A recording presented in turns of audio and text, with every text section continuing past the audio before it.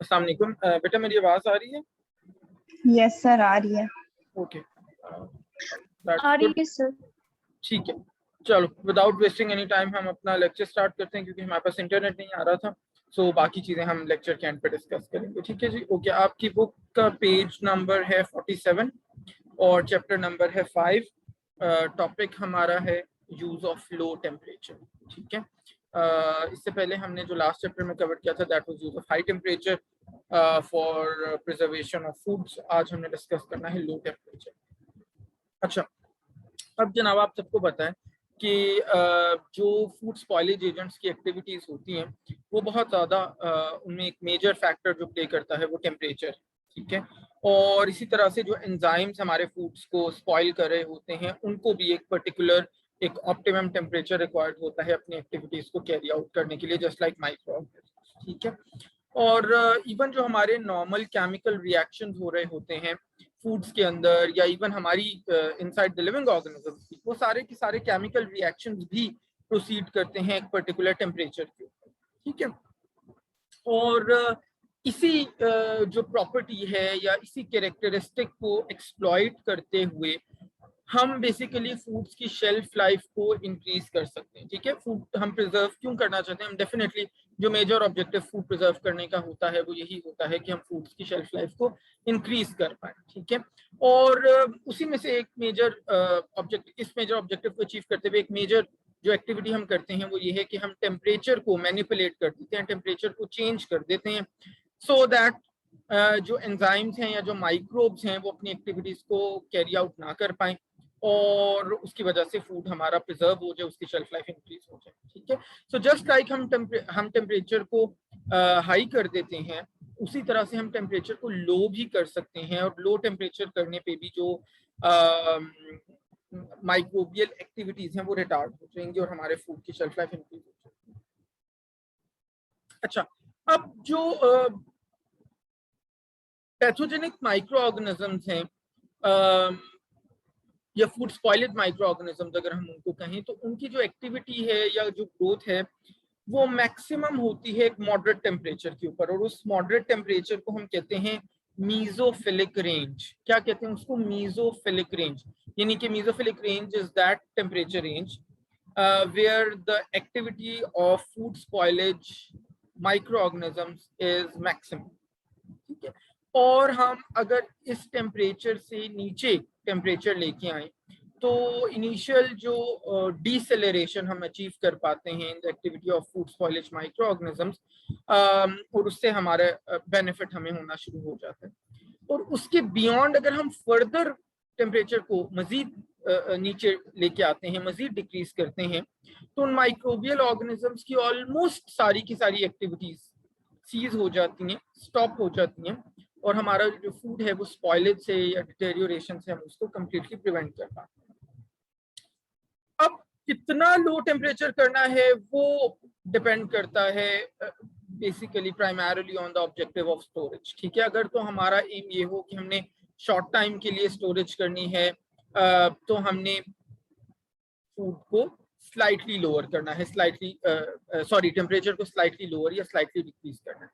अगर हमारा ऑब्जेक्टिव ये हो कि फूड को हमने लॉन्ग टर्म के लिए स्टोर करना है तो फिर हमें फूड का जो टेम्परेचर है उसको सिग्निफिकेंटली लोअर करना पड़ता है। ठीक है, और ये चीज आप अपने रेफ्रिजरेटर वर्सेस फ्रीजर के अंदर बड़ा आसानी से अंडरस्टैंड कर सकते हैं।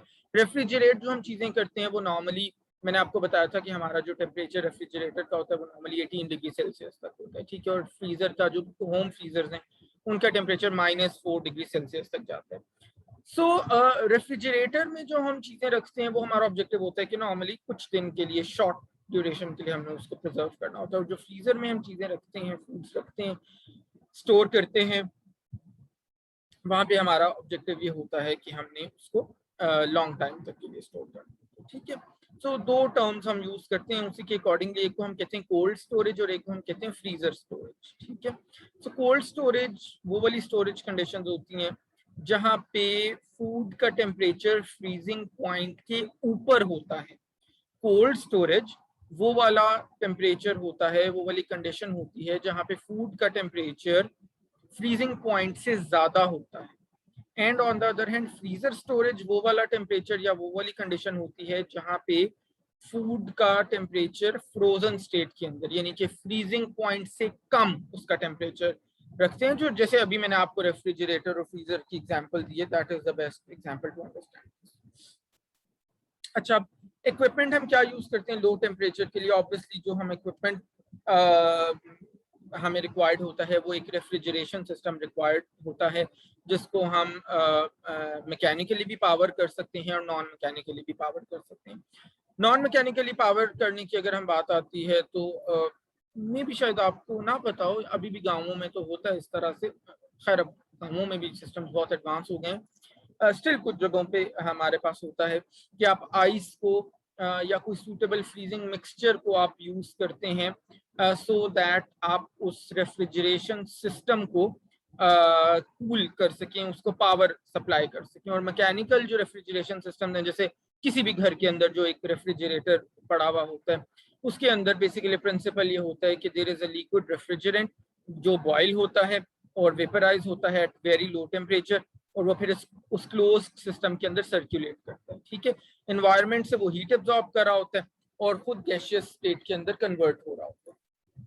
वो जो गैसियस स्टेट है उस रेफ्रिजरेंट की, वो वापस लिक्विड स्टेट में रिकन्वर्ट होती है with the help of vapour absorption cycle या वेपर कंप्रेशन साइकिल हम उसको कहते हैं। ठीक है, और उस वेपर एब्जॉर्प्शन या कंप्रेशन साइकिल के अंदर जो रेफ्रिजरेंट है वो लिक्विड फेज से गैसियस स्टेट में मूव करता है और वो गैस फिर एब्जॉर्ब होती है एक सूटेबल फ्लूइड या एक जैसे हमने कहा लिक्विड रेफ्रिजरेंट उसके अंदर रीजेनरेट होता है, और इसी प्रिंसिपल के ऊपर हमारे जो पूरे घरों के अंदर जो रेफ्रिजरेशन सिस्टम होते हैं वो चल रहे हैं।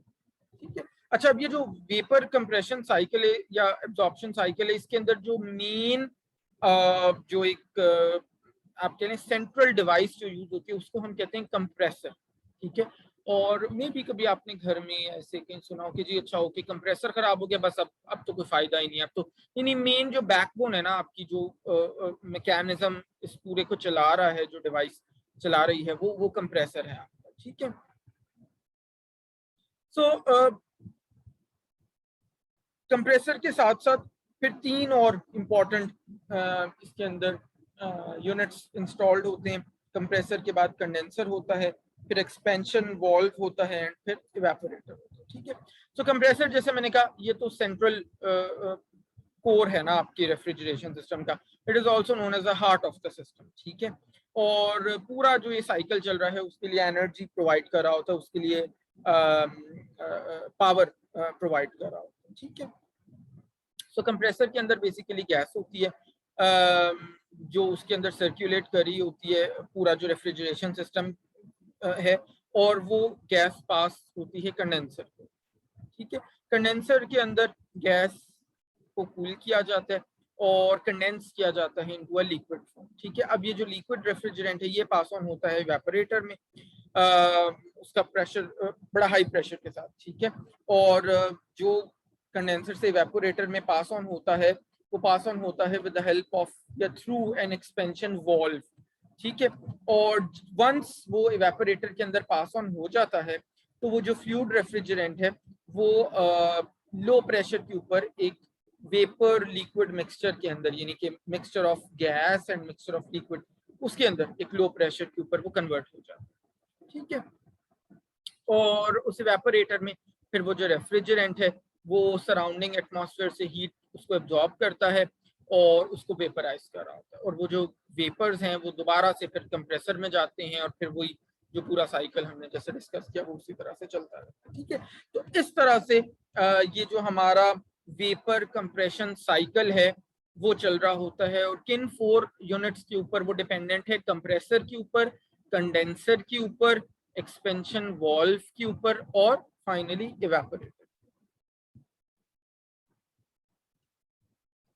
अच्छा, अब जो हमारे रेफ्रिजरेशन सिस्टम्स हैं उनको वो हमारे 3 टाइप्स के होते हैं बेसिकली। एक को हम कहते हैं हाई टेम्परेचर सिस्टम्स जो हम कोल्ड स्टोरेज के अंदर यूज करते हैं। इनका जो टेम्परेचर होता है -3.9 से लेके 7 डिग्री सेल्सियस तक रेंज कर रहा होता है। आगे फ़ारेनहाइट में भी लिखा हुआ है, वो भी आपको पता होना चाहिए। फिर हमारे पास आ जाते हैं मीडियम टेम्परेचर सिस्टम्स। इनको हम -3.9 से लेके ऑलमोस्ट -18 तक का जो टेम्परेचर है वहां पे स्टोर करने के लिए यूज करते हैं। और फाइनली हमारे पास आते हैं लो टेम्परेचर सिस्टम्स, जहां पे हम बिलो -18 डिग्री सेल्सियस, यानी जो घर का डीप फ्रीजर होता है उससे भी कम टेम्परेचर रेंज के लिए जहां पे हमें चाहिए हो वहां पे हम यूज कर रहे होते हैं। ये नॉर्मली डोमेस्टिकली यूज नहीं होते, हाउस होल्ड लेवल पे यूज नहीं होते, इनको नॉर्मली इंडस्ट्रियल स्केल पे और जहाँ पे बहुत बड़े बड़े बहुत ज्यादा अमाउंट्स हमें फूड की स्टोर करनी हो या बहुत बड़े लेवल पे स्टोर करना, वहां पे हम इनको यूज कर रहे हैं। अच्छा जी, अब हम डिस्कस करते हैं अबव फ्रीजिंग टेम्परेचर, यानी कि जो हमने कहा था जो जैसे हमारे घर के एक रेफ्रिजरेटर के अंदर जो चल रहा हो तो उसको हम कैसे यूज करते हैं। तो ये सिंपलेस्ट फॉर्म है लो टेम्परेचर की, जो हमारे डोमेस्टिक रेफ्रिजरेटर में रिक्वायर्ड होता है, जो आपको मार्केट्स में या शॉप्स के अंदर एक नॉर्मल रेफ्रिजरेटर नजर आता है। ठीक है, सो इस इक्विपमेंट में टेम्परेचर को हम डिक्रीज करते हैं यूजिंग वेपर कंप्रेशन साइकिल, जो हमने अभी थोड़ी देर पहले साइकिल डिस्कस की है, जिसके अंदर compressor, condenser, expansion valve and evaporator involve होते हैं। ठीक है, और इनके अंदर जो हम फूड्स को स्टोर करते हैं उसकी जो शेल्फ लाइफ है वो बहुत ज़्यादा नहीं होती, वो लिमिटेड टाइम तक के लिए होती है। ठीक है, जो कमर्शियल कोल्ड स्टोर्स हैं पाकिस्तान के अंदर वो बड़े बड़े रूम्स होते हैं, उनको हमने इसी इक्विपमेंट के साथ मैकेनिकल कूलिंग के थ्रू हमने उनको उनका टेम्परेचर लो किया हुआ होता है। और वो जो कंट्रोल्ड एटमॉस्फेरिक स्टोरेज फैसिलिटीज होती हैं उसको सीए स्टोरेज भी कहते हैं, यानी कि कंट्रोल्ड एटमॉस्फेरिक स्टोरेज। ठीक है, उनको फिर वहां पे हमने ऐसे मैकेनिज्म ऑपरेट करवा रहे होते हैं जो उसकी ह्यूमिडिटी, उसकी वेंटिलेशन, जो उसके अंदर गैसेस की कॉम्पोजिशन है उनको मेंटेन कर रहे हैं। ठीक है, और मैंने आपको पहले एक बार एग्जांपल भी दी थी कि इंडस्ट्रीज में या बड़े बड़े होटल्स में भी इवन जहाँ पे बहुत ज्यादा टन्स के हिसाब से फूड स्टोर होता है, वहां पे फिर ये कोल्ड स्टोरेज के अंदर बड़े बड़े रूम्स के साइज के, बहुत बहुत ह्यूज रूम्स के साइज के ये कोल्ड स्टोरेज होते हैं। मैंने आपको एक वहां से एग्जांपल भी मुझे याद है मैंने दी थी एक इंडिविजुअल। सो उनको हम मेंटेन कर रहे होते हैं और वहां पे फिर शेल्फ लाइफ जो है वो हमारे डोमेस्टिक रेफ्रिजरेटर से ज्यादा होती है। ठीक है, अच्छा, लो टेम्परेचर के ऑब्जेक्टिव्स क्या हैं या फूड्स को कूल करने के क्या ऑब्जेक्टिव्स हैं? ऑब्वियसली पहला तो हमने अभी डिस्कस भी किया कि जी आपके नंबर 1 ये है कि आपके जो भी बायोकेमिकल या केमिकल रिएक्शन चल रहे हैं वो डिसेलरेट हो जाए। नंबर 2, जितनी भी माइक्रोबियल एक्टिविटी है उसको हम डिक्रीज कर पाए। ठीक है, फिर इसके अंदर लो टेम्परेचर के अंदर हमें फायदा ये होता है कि जैसे ही हम टेम्परेचर को 10 डिग्री सेल्सियस तक डिक्रीज करते हैं तो हमारी जो रिएक्शंस का रेट है वो 50% तक डिक्रीज हो जाता है। कितना? 50%। ठीक है, यानी कि सिंपली स्पीकिंग मैं ये कहना चाह रहा हूँ कि अगर आपने टेम्परेचर को 10 डिग्री सेल्सियस कूल किया फूड के टेम्परेचर को, तो आप 50% शेल्फ लाइफ उसकी इंक्रीज करें, सादा सी बात है। और अगर आप मजीद 10 डिग्री सेल्सियस डिक्रीज कर रहे हैं रूम टेम्परेचर से, तो आप उसकी शेल्फ लाइफ को मजीद इंक्रीज करें। ठीक है, लेकिन इसके अंदर ये भी हमें एक चीज जहन में रखनी चाहिए कि ये कितना टेम्परेचर कूल करना है वो नेचर ऑफ फूड पे भी डिपेंड करता है। देयर आर सर्टेन केसेस जो आगे चल के हम डिस्कस भी करेंगे, वहां पे इतना लो टेम्परेचर के ऊपर आप फूड को अगर होल्ड करने की कोशिश करेंगे तो वो बेसिकली डिटेरियोरेट हो जाएगा, not because of spoilage, not because of cold temperature, but because food की नेचर इस तरह कि उसका जो न्यूट्रिएंट लॉस है वो हो जाएगा। आपको याद है मैंने आपको बताया था कि बहुत सारे न्यूट्रिएंट्स डिफरेंट किस्म की कंडीशंस के अगेंस्ट सेंसिटिव होते हैं। जैसे कुछ न्यूट्रिएंट्स हीट सेंसिटिव होते हैं, कुछ टेम्परेचर सेंसिटिव होते हैं, कुछ ऑक्सीजन के साथ जब एक्सपोज होते हैं तो वहां पे उनका वो लॉस हो जाता है। सो बहुत सारे न्यूट्रिएंट्स ऐसे हैं जो कोल्ड टेम्परेचर के अगेंस्ट सेंसिटिव होते हैं। तो जब हम फूड्स को बहुत लंबे अरसे तक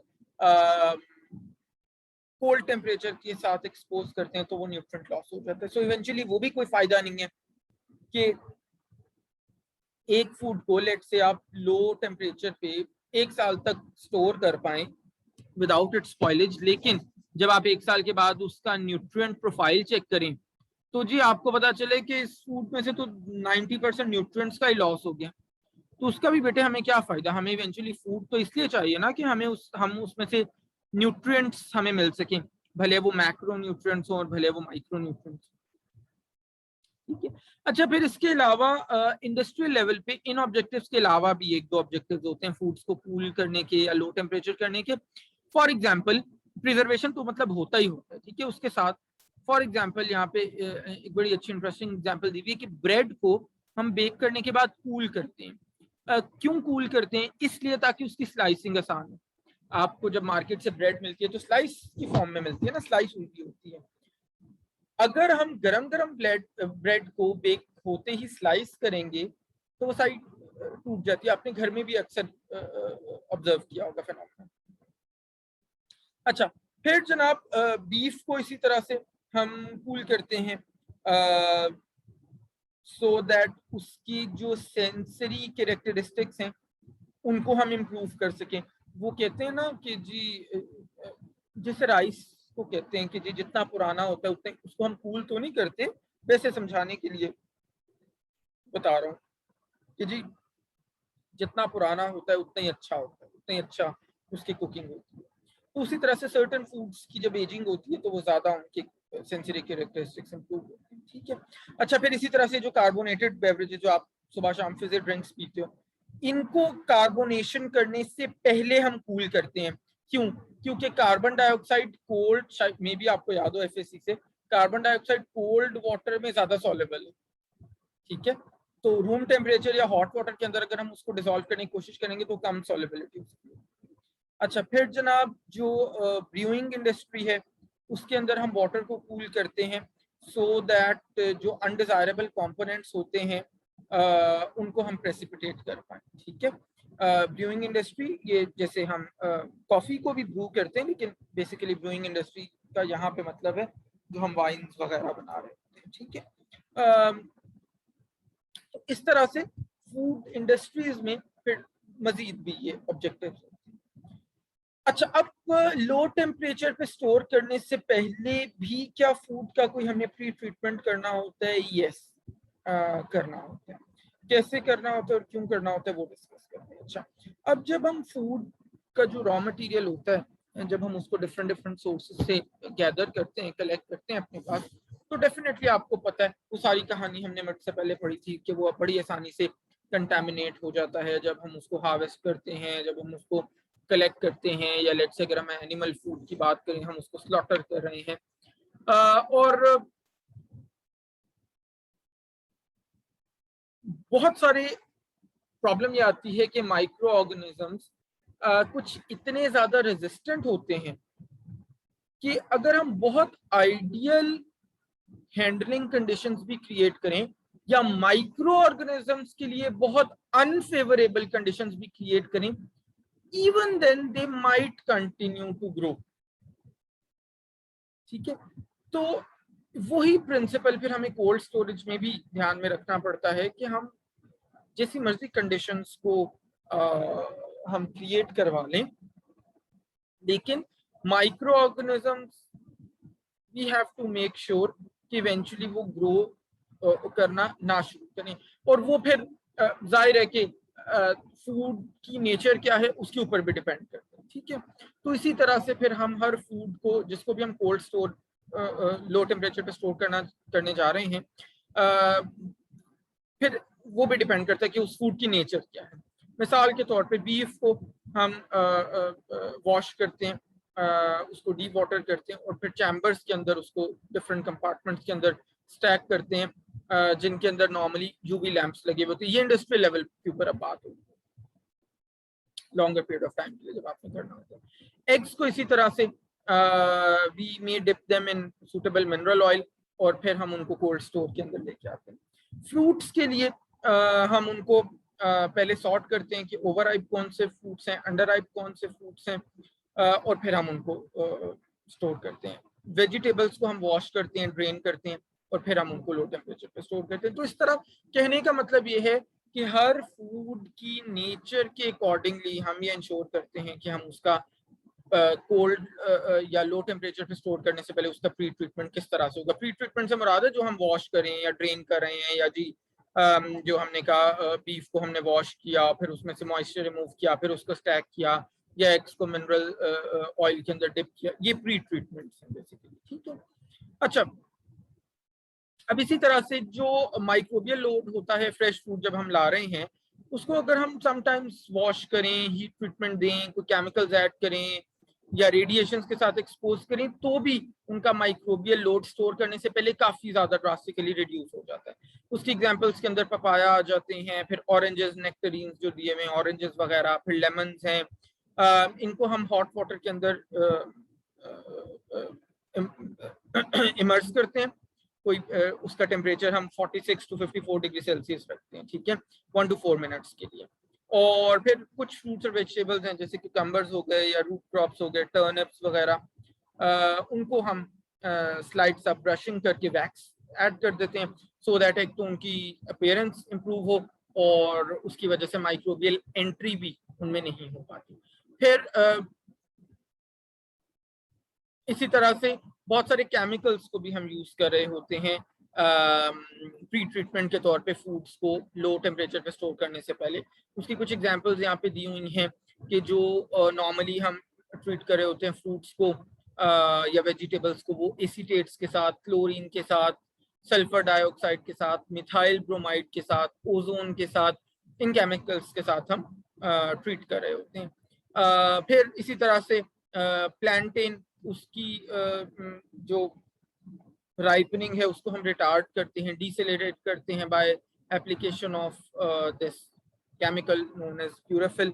मैंगो को ट्रीट करते हैं हम 2,4,5 ट्राइक्लोरोफिनॉक्सी एसिटिक एसिड के साथ, सो दैट अगेन वो उसकी ओवर राइपनिंग ना हो सके। प्लांटेन अगर आपको नहीं पता तो बेसिकली ये अफ्रीका के अंदर होता है।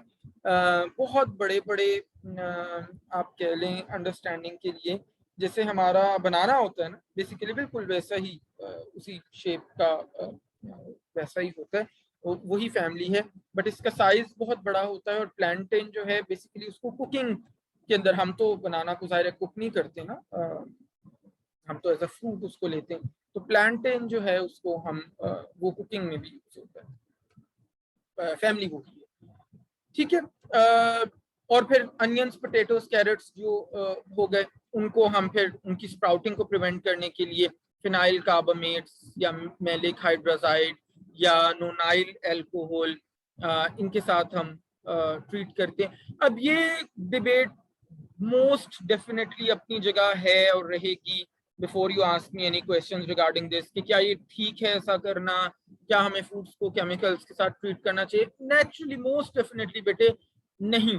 As a dietitian, as a nutritionist, या आप लोग एज अ फ्यूचर न्यूट्रिशनिस्ट अगर पूछ रहे हो, तो डेफिनेटली ये तमाम वो टेक्निक्स हैं जो जिनकी वजह से फूड्स का न्यूट्रिशनल प्रोफाइल पुअर होता है, उनका न्यूट्रिएंट लॉस ज़्यादा होता है, और ये हमारी हेल्थ के लिए ज़ाहिर है तमाम केमिकल्स किसी ना किसी हद तक हैज़र्डस तो हैं, कुछ केमिकल्स ज़्यादा, कुछ केमिकल्स कम, लेकिन बहरहाल नो डाउट कि हैज़र्डस तो हैं। तो क्या ये करना ठीक है? तो जाहिर है कि ये बहुत अच्छी ऑप्शन हेल्थ के पॉइंट ऑफ व्यू से या न्यूट्रिशनल एस्पेक्ट्स के पर्सपेक्टिव में अगर हम देखें तो ये अच्छा नहीं है। बट जाहिर है अगर हम एज अ फूड टेक्नोलॉजिस्ट बात कर रहे हैं, प्रिजर्वेशन के पॉइंट ऑफ व्यू से बात करें, तो भाई ये तो कमाल हमने कर दिया। हमने फूड्स को उनका जो डिटेरियोरेशन और स्पॉइलेज होती है उनको हमने उसको प्रिवेंट कर लिया है कंप्लीटली। ठीक है, इवेंचुअली बेटे it has to come down to a balance where we are preventing foods from being spoiled, and at the same time we are making sure that the nutritional profile of foods is also being preserved. ठीक है, तो eventually वो एक healthy balance है। देखो theoretical अगर आप सोचेंगे तो उसके अंदर बेसिकली आपको कोई भी फूड को प्रिजर्व किए बगैर हमेशा फ्रेश, हमेशा रॉ खाना चाहिए, full stop, no doubt about that. क्या वो प्रैक्टिकली पॉसिबल है आजकल की दुनिया में? एब्सोल्युटली नो, नहीं हो सकता। तो फिर जाहिर है कि फिर हमें प्रिजर्व, घरों में भी हम all the time we are preserving food, तो वहां पे तो हम अपनी मर्जी से, अपनी खुशी से कर रहे हैं, वहां पे तो हमें कोई इंडस्ट्री वाला आके नहीं कह रहा कि फूड को प्रिजर्व करके खाएं। लेकिन क्या अगर मैं आपसे कहूं कि क्योंकि आपने न्यूट्रिशनल, आप फ्यूचर के न्यूट्रिशनिस्ट हो, और आपने अपना फूड्स का न्यूट्रिशनल प्रोफाइल मेक श्योर करना है कि बेस्ट से बेस्ट हो, तो क्या आप हर चीज को फ्रेश 24/7 खा सकते हो? नहीं पॉसिबल ना बेटे। आजकल हम, अगर एक सिटी में ही हम लोग रहते हैं तो वहां पे हम कैसे इंश्योर करेंगे कि फ्रेश फ्रूट और फ्रेश वेजिटेबल हमें हर वक्त मिल रही है? या अगर हमने मीट खाना है तो जी अभी के अभी जो पिछले 1 घंटे के अंदर एनिमल स्लॉटर हुआ है उसी का मीट हम खा रहे हैं। This is not generally possible. हाँ, वो फिर सारी डिबेट अपनी जगह, उसका टेस्ट, उसकी क्वालिटी, उसका न्यूट्रिशनल कंटेंट वाकई वो बड़ा डिफरेंट होता है प्रिजर्व फूड से। बड़ी सिंपल सी एग्जांपल है, आप कुर्बानी का गोश्त अगर 2.5 महीने बाद निकाल के उसको बना के जितना मर्जी टेस्टी करके बना के खाओ, उसकी वो बात नहीं होती जो आप फर्स्ट, सेकंड, थर्ड डे के ऊपर जो क्वालिटी या जो टेस्ट आपको नजर आ रही है। लेकिन फिर वही बात है कि थ्योरेटिकल चीजें और होती हैं, प्रैक्टिकल चीजें और बाहर। अच्छा, इसी तरह से लो टेम्परेचर पे स्टोर करने से पहले फिर हम समटाइम्स फूड की इरेडिएशन भी कर रहे होते हैं, ठीक है। और इरेडिएशन हम क्यों करते हैं? Radiation means exposure to different radiation. फिर वही बात है, radiation can be really harmful, radiation humans के लिए भी हार्मफुल होती हैं। फूड्स को जब हम इरेडिएट कर रहे हैं तो स्केल इफेक्ट्स भी यकीनन होते हैं, लेकिन बेनिफिट्स ये होते हैं कि जो चिल्ड मीट को जब हम इरेडिएट करते हैं तो उसके सरफेस पे जितना भी माइक्रोफ्लोरा और पैरासाइट्स होते हैं वो सारे के सारे डिस्ट्रॉय हो जाते हैं, ठीक है। और इसके अलावा जो हम जिन चैम्बर्स में, जिन कैबिनेट्स में हम फूड्स को स्टोर करते हैं उनको भी रेडिएट किया जाता है, ठीक है। यूवी लैंप्स उनके अंदर लगे हुए होते हैं, स्पेशली जहाँ पे मीट और चीज हम स्टोर कर रहे होते हैं, ठीक है। और एटमॉस्फेयर को भी रेडिएट किया जाता है। सो बारह, जैसे मैंने बताया कि वो डिबेट फिर अपनी जगह रहती है कि क्या ये करना बेहतर है या नहीं। अच्छा, अब जनाब हमने प्री ट्रीटमेंट कर लिया फूड्स का, अब हमने कोल्ड स्टोरेज करनी कैसे? तो घरों के अंदर हम क्या कर सकते हैं कि हम सिंपली जो फ्रेश कमोडिटीज हैं जैसे अनियंस हो गए, गार्लिक हो गया, जिंजर, पोटैटोज, जो भी चीजें हैं, तो उनको हम, अगर हमारे पास कोई रेफ्रिजरेशन सिस्टम नहीं है तो घरों में हम उनको कूल डार्क प्लेस के ऊपर स्टोर कर सकते हैं। या ये तो वैसे भी वो वाले कमोडिटीज हैं, अगर रेफ्रिजरेशन सिस्टम है भी तो इनको हमें रेफ्रिजरेट करने की ऐसी जरूरत नहीं है। आपके अनियंस हैं या पोटैटोज हैं, आपने दायरा कॉमन ऑब्जर्वेशन है घर में, इनको हम नॉर्मली रेफ्रिजरेट नहीं कर रहे होते, ये बाहर ही पड़े होते हैं और ये ठीक रहते हैं काफी दिनों तक। फिर अगर हम मीट की बात करें, फिश की बात करें, एग्स की बात करें, जो इजीली पेरिशेबल फूड्स हैं, उनको हम रेफ्रिजरेटर में रखते हैं अगर हमें इमीडिएटली उनको ना रिक्वायर्ड हो। Perishable, semi perishable, non perishable foods आप मिड से पहले पढ़ चुके हो, ठीक है। अगर भूल गए तो दोबारा आपने देख लेना। और फिर अगर हम फूड्स को उनकी शेल्फ लाइफ को इंक्रीज करना चाहते हैं तो जाहिर है हमने उनको रूम टेम्परेचर से लोअर टेम्परेचर के ऊपर स्टोर करना है घरों के अंदर, ठीक है। रेफ्रिजरेटर को हम यूज करते हैं इस पर्पस के लिए जिसका टेम्परेचर कंट्रोल्ड होता है, और जैसे मैंने आपको बताया कि नॉर्मली रेफ्रिजरेटर्स का जो टेम्परेचर है वो 18 डिग्री सेल्सियस तक होता है। 4 to 10 डिग्री सेल्सियस जो नॉर्मल रेंज है उसके ऊपर वो हम मेंटेन हो रही होती है। इस रेंज के ऊपर ज्यादातर जो फूड है उनकी शेल्फ लाइफ इंक्रीज हो जाती है, और हमारा जो रॉ फूड है या कुक फूड है उनको हम कुछ दिनों तक हम इसके अंदर स्टोर कर सकते हैं। फ्रेश फ्रूट्स या वेजिटेबल्स की अगर हम बात करें तो उनको स्टोर करने से पहले हमें भी शुड वॉश देम, जो प्री ट्रीटमेंट है उनका। अच्छा, और एक यहाँ पे एक मिथ या एक कॉमन प्रैक्टिस भी डिस्कस की हुई है, वो ये है कि जी घरों में आमतौर पे कहा जाता है कि अगर हम फ्रूट्स और वेजिटेबल्स को वॉश करके स्टोर करें तो फिर जी वो ख़राब हो जाते हैं। वो इसलिए ख़राब होते हैं कि वॉश करने के बाद हम उनका मॉइस्चर रिमूव नहीं करते, ठीक है। तो इसलिए वॉश करने के बाद ज़रूरी है कि एक्स्ट्रा वाटर को हम उनके सरफेस से अच्छे से रिमूव करें, फिर हम उनको रेफ्रिजरेट करें, फिर वो बिल्कुल भी ख़राब नहीं होंगे। ये डिफरेंट फूड्स की आपको शेल्फ लाइफ दी हुई है डिफरेंट टेम्परेचर्स के ऊपर। तो ये आप यहाँ से देख सकते हैं, ब्रॉड साइड ये आपको होना चाहिए। मीट है, फिश है, पोल्ट्री है, fruits, leafy vegetables, root crop, seeds, ये यहाँ पे आपको दिया। अच्छा जी, अब कौन कौन से फैक्टर्स हैं जो बेसिकली हमारी फूड्स को जब हम कोल्ड स्टोरेज करते हैं, लो टेम्परेचर पे स्टोर कर रहे होते हैं, तो which are the factors which affect cold storage of. So जो मेजर फैक्टर्स हैं इसके अंदर वो हैं temperature, relative humidity, storage atmosphere and ventilation. कौन कौन से जी? चार मैंने बताया, temperature, relative humidity, storage atmosphere and ventilation।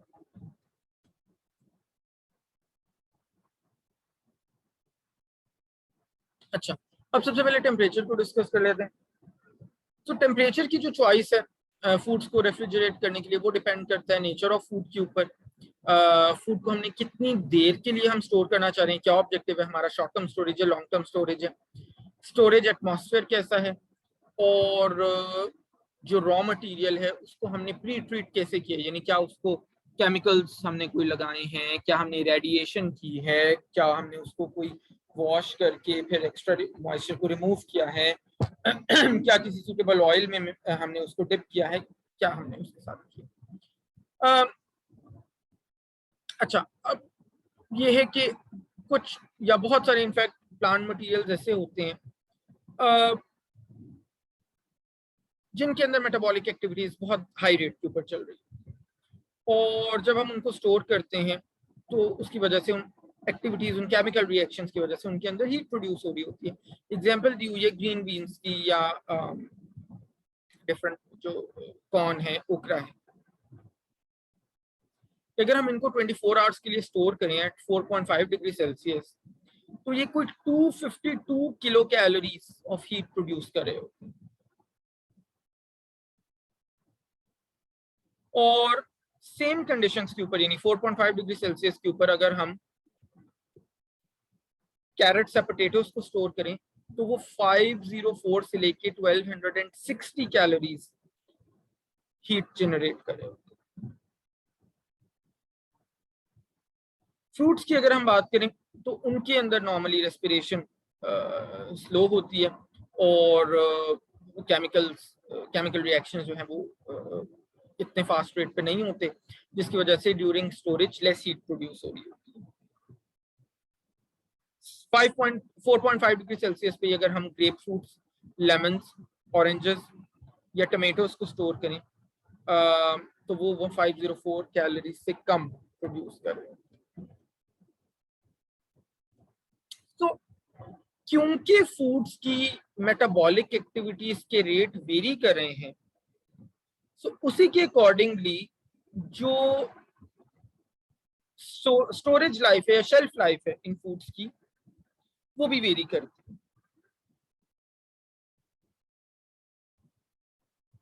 ठीक है।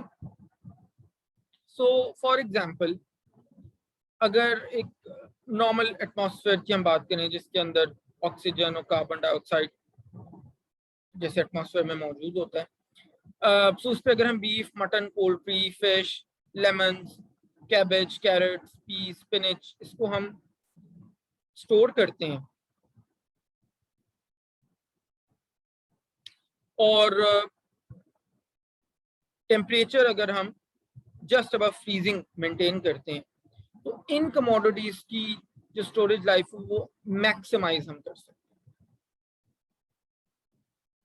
इसी तरह से ऑरेंजेस, पाइनएप्पल्स या पोटैटोज को बेस्ट जो स्टोर हम कर सकते हैं वो 2 to 7 डिग्री सेल्सियस पे कर सकते हैं।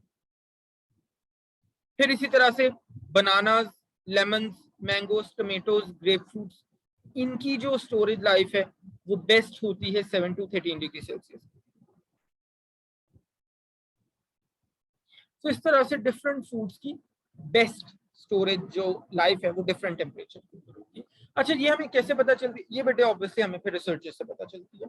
डिफरेंट डिफरेंट फूड्स को डिफरेंट टेम्परेचर्स पे, डिफरेंट कंडीशंस के अंदर, ह्यूमिडिटी, एटमॉस्फेरिक जो कंडीशंस हैं उनको वेरी कर करके हम स्टोर करते हैं, प्रिजर्व करते हैं, देखते हैं, उनका न्यूट्रिशनल प्रोफाइल देखते हैं, कितने टेम्परेचर पे कितने अरसे के लिए स्टोर किया, क्या कंडीशन थी, ह्यूमिडिटी कितनी थी, वेंटिलेशन कैसी थी, एटमॉस्फेयर की कॉम्पोजिशन कैसी थी, तो उन्होंने कैसे रिस्पॉन्ड किया, किन फूड्स ने।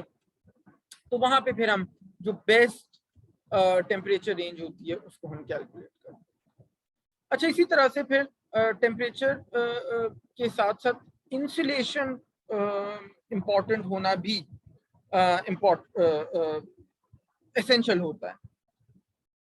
इंसुलेशन का यानी मौजूद होना भी इम्पोर्टेंट होता है। This is what I was trying to say. ठीक है, उसकी रीजन क्या है?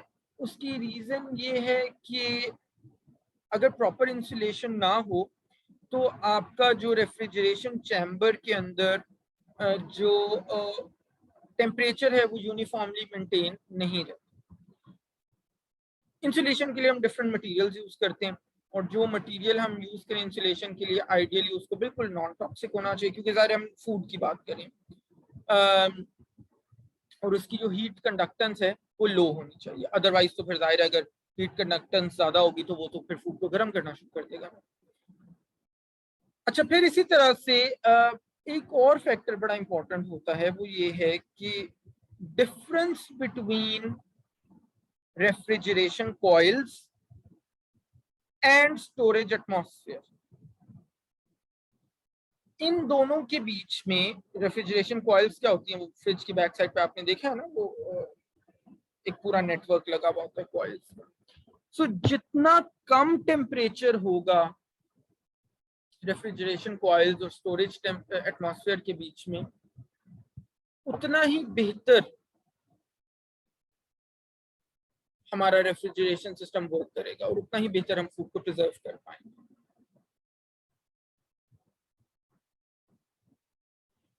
उसकी रीजन क्या है? उसकी रीजन ये है कि स्टोरेज एटमॉस्फेयर बेसिकली, हमने ऊपर वेपर कंप्रेशन साइकिल में पढ़ा था कि वो वेपर्स को कंडेंसेट कर रहा होता है कॉइल्स के ऊपर, और अगर वो टेम्परेचर डिफरेंस इन दोनों का, कॉइल्स का और जो स्टोरेज एटमॉस्फेयर है, वो बहुत ज्यादा होगा, तो फिर वो प्रॉपरली वेपर्स को कंडेंस नहीं कर पाएगा। अगर वो टेम्परेचर डिफरेंस बहुत ज्यादा हो तो उसकी वजह से हमारा फूड जल्दी खराब हो जाएगा, उसकी शेल्फ लाइफ अच्छी नहीं होगी। अच्छा, फिर नेक्स्ट जो हमारा फैक्टर है that is relative humidity. So relative humidity भी बहुत इंपॉर्टेंट है, बहुत वाइटल है अगर हम अपने फूड की प्रिजर्वेशन अच्छी करना चाहते हैं, उसकी शेल्फ लाइफ इंप्रूव करना चाहते हैं। अगर रिलेटिव ह्यूमिडिटी बहुत ज्यादा होगी ऑप्टिमम लेवल से, तो वहां पे माइक्रोबियल ग्रोथ बहुत आसान होगी। बड़ी सिंपल सी एग्जांपल है, बरसात में फूड बड़ी जल्दी।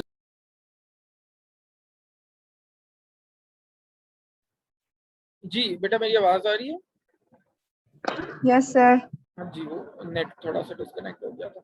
अच्छा, तो मैं कह रहा था कि बड़ी सिंपल सी एग्जांपल है कि बरसात में हमारा अगर आप बिस्किट्स का एक पैक खोल के रख दो तो वो बड़ी जल्दी से खराब हो जाता है, सॉफ्ट भी हो जाता है। सॉफ्ट तो खैर वो मॉइस्चर की वजह से होता है, लेकिन खराब भी फूड बड़ी जल्दी हो रही होती है। क्यों? क्योंकि वो ह्यूमिडिटी इतनी हाई होती है, वो माइक्रोबियल ग्रोथ के लिए बड़ी आइडियल। ठीक है। अच्छा, अब इसके अंदर मोल्ड्स का जो रिलेटिव ह्यूमिडिटी है मोल्ड्स की, दैट इज 85 to 90%। ईस्ट की जो रिलेटिव ह्यूमिडिटी है दैट इज 90 to 90%। और बैक्टीरिया जो है वो सैचुरेशन के करीब फूड्स के सरफेस पे ग्रो कर रहे होते हैं। अगर हम रिलेटिव ह्यूमिडिटी को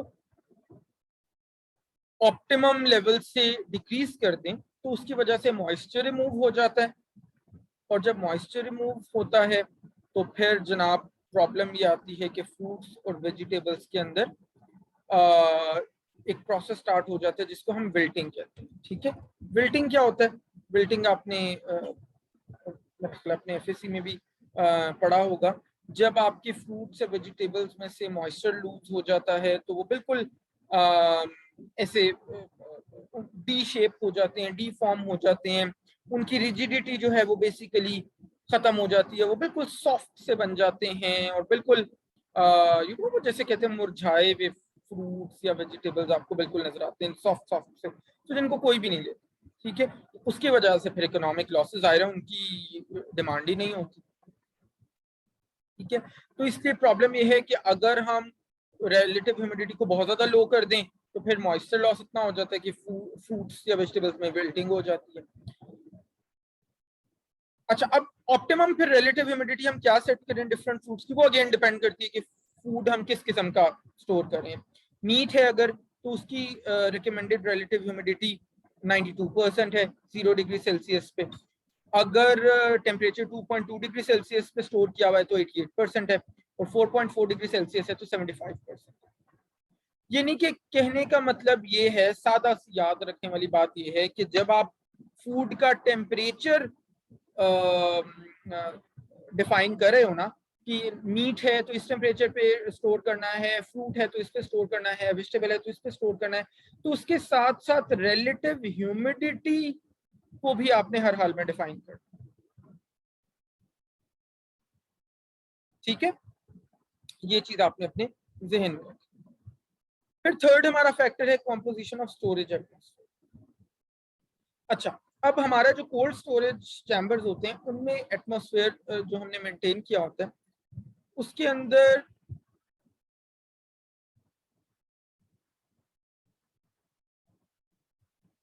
हमारा जो कार्बन डाइऑक्साइड की परसेंटेज होती है, प्रोपोर्शन होती है, वो ज्यादा होती है, और ऑक्सीजन की प्रोपोर्शन कम होती है फॉर ऑब्वियस रीजन। ऑक्सीजन ज्यादा होगी तो फूड उतना ही ऑक्सीडाइज होगा, उतना ही ऑक्सीडेशन होगी, उतना ही जल्दी डिटेरियोरेट और स्पॉइल होगा। ठीक है, कार्बन डाइऑक्साइड कॉन्टेंट अगर हम 10% से कुछ ज्यादा कर दें तो माइक्रोबियल ग्रोथ सिग्निफिकेंटली डिक्रीज हो जाती है। इसी तरह अगर हम, आपको पता है हमारी नॉर्मल रेगुलर एटमॉस्फेयर है उसके अंदर क्या हमारा टेम्परेचर क्या कॉम्पोजिशन होती है ऑक्सीजन की, 21%। तो अगर हम स्टोरेज चैम्बर में ऑक्सीजन की कंसंट्रेशन 21% से डिक्रीज करके 10% या उससे कम ले आए तो उससे भी रेस्पिरेशन रेट डिक्रीज हो जाता है। लेकिन प्रॉब्लम एक हमें आती है कि जब हम गैसेस की कॉम्पोजिशन को मैनिपुलेट करते हैं एक स्टोरिंग चैम्बर के अंदर, तो उसका कंट्रोल रखना या उस मैनिपुलेशन को मेंटेन रखना मुश्किल होता है, और इसको हम कहते हैं कंट्रोल्ड सीए का। अभी मैंने थोड़ी देर पहले भी बताया था, CA storage, controlled atmosphere storage. CA storage में फिर हम ये करते हैं कि वी हैव मशीन्स जिनके अंदर स्क्रबर्स लगे हुए होते हैं, और वो इन जो डिफरेंट प्रोपोर्शंस हैं गैसेस की कोल्ड स्टोरेज चैम्बर में उनको मेंटेन करें। ठीक है, पहले हमारे पास सीए स्टोरेज नहीं होती थी तो ये कंट्रोल वंस तो हम इनको मैनिपुलेट कर लेते थे, लेकिन उनको कंट्रोल करना कि वो इसी प्रोपोर्शन में रहें वो बड़ा मुश्किल होता था। तो जब से सीए चैम्बर्स आए हैं, सीए चैम्बर्स के अंदर क्योंकि वो स्क्रबर्स लगे होते हैं, वो ऑटोमेटिकली सेम प्रोपोर्शन पे जो हमने सेट कर दी है उसी प्रोपोर्शन के ऊपर मेंटेन करें गैसेस की कॉम्पोजिशन। ठीक है, अच्छा, फिर इसी तरह से ओजोन को भी हम यूज कर सकते हैं इस पर्पस के लिए, वो भी माइक्रो ऑर्गेनिजम्स की ग्रोथ को कंट्रोल करता है। फॉर एग्जांपल एग्स को हम 90% रिलेटिव ह्यूमिडिटी के ऊपर 1.5 ppm ओजोन के अंदर स्टोर कर सकते हैं और उनकी शेल्फ लाइफ को इंक्रीज कर सकते हैं। लास्ट जो हमारा फैक्टर है दैट इज वेंटिलेशन, और ventilation is also important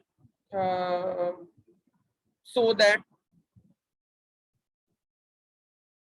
foods के अंदर से वेंटिलेशन डायरेक्टली आपकी माइक्रोबियल ग्रोथ को तो अफेक्ट नहीं करी, लेकिन इनडायरेक्टली फूड की क्वालिटी को इंप्रूव करने के लिए बहुत ज़्यादा इंपॉर्टेंट है। अगर प्रॉपर वेंटिलेशन ना हो तो फूड्स के अंदर से एक स्टेल ऑर्डर, एक खराब सी सड़ी हुई एक स्मेल आना शुरू हो जाती है, और जिसकी वजह से फूड का फ्लेवर भी खराब हो सकता है। ठीक है, सो इसलिए वेंटिलेशन बहुत इंपॉर्टेंट है। इसके साथ साथ वेंटिलेशन इसलिए भी इंपॉर्टेंट है कि जो हमारा टेम्परेचर और रिलेटिव ह्यूमिडिटी हमने inside the storage chamber maintain की है या क्रिएट की है, उसको हम प्रिजर्व कर सकें, उसको मेंटेन कर सकें। रूम में क्या होता है बरसात में, जब हमारा एक क्लोज्ड रूम हो और उसके अंदर 1 घंटे तक वो कमरा बंद रहे और बरसात का मौसम हो, रिलेटिव ह्यूमिडिटी ज्यादा है, तो क्या हो जाता है, हम कहते हैं ना जी वेंटिलेशन कम हो गई है रूम में, तो चलो विंडोज ओपन कर दो, क्रॉस वेंटिलेशन हो, डोर्स ओपन कर दो। वो क्यों करते हैं? वो इसीलिए करते हैं सो दैट टेम्परेचर और रिलेटिव ह्यूमिडिटी मेंटेन हो सके। ठीक है, तो उसकी वजह से हमारी फिर जो फूड की प्रोडक्ट है उसकी क्वालिटी काफी ज्यादा इंप्रूव हो रही है। So that is it for today. इंशाल्लाह नेक्स्ट लेक्चर में बेटे हम use of below freezing temperature discuss करेंगे। ठीक है, और देखेंगे उसको क्या क्या फैक्टर्स अफेक्ट कर रहे हैं।